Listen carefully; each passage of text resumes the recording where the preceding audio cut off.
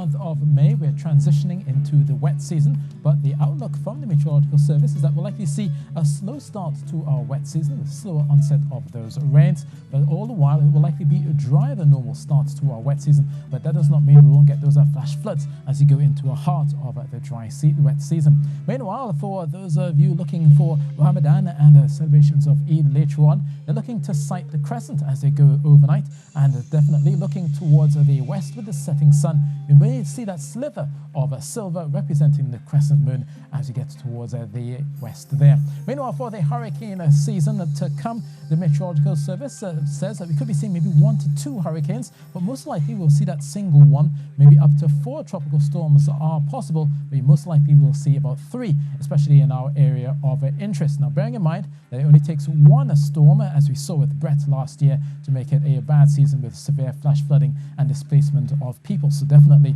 be mindful about that as you go through the next few months. So looking therefore to the Atlantic, there's nothing happening out there. There's just that one tropical wave far out to the south of the Cape Verde Islands. It is making its slow trudge around, and it will likely reach the Guyanas as you get towards early on Monday. So definitely there could be some increasing moisture for us here in Trinidad and Tobago as you get closer to the end of the weekend and maybe towards the beginning of the working week. But for now, especially for Tobago tonight, looking for clear skies, and that will lead to sunny skies through Thursday morning, but there's still some Saharan air in the air, Saharan dust in the air, so you could be seeing some hazy conditions as you go through your morning and into the afternoon. Similarly, for Trinidad, a tranquil night leads into a hazy start for those of you, especially along the eastern coastlines, and there's also the possibility of maybe a few brief showers pushing through first thing in the morning and then later on in the afternoon, favouring the hillsides and especially for eastern areas of Trinidad, and that would include both northeast Trinidad as well as towards the southeast. So through Rio Claro, Guaragari,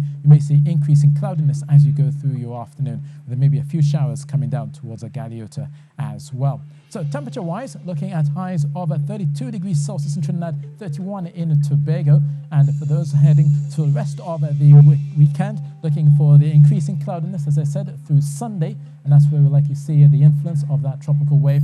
Should be south of Trinidad and Tobago, but nevertheless, it will likely unsettle the skies, so we could be seeing the possibility of some heavy showers by the time we get to the beginning of the working week. But for heading offshore, there's those fresh easterly winds, a moderate chop with 2-meter wind waves out in the Atlantic and the Caribbean, and those east-northeasterly swells remaining short at 8 seconds. Now, the rest of the Eastern Caribbean is mostly settled. We basically have a ridge of high pressure there. Out towards the west, it's a completely different story. Areas of low pressure towards the north, still bringing a lot more showery activity for Cuba and the Bahamas, and bearing in mind that they are also in their wet season, so they won't get away from those thundery rains in Havana at 28 degrees Celsius. Out towards Kingston, it's a breezy 32. But it'll also be quite breezy at times for the Eastern Caribbean, even though it will push in a few clouds for the most part. But down towards Bridgetown, a few brisk showers are expected alongside Kingstown in St. Vincent, and then down towards Georgetown, they continue to be wet as their wet season carries on. So that's your weather, and that's it from me.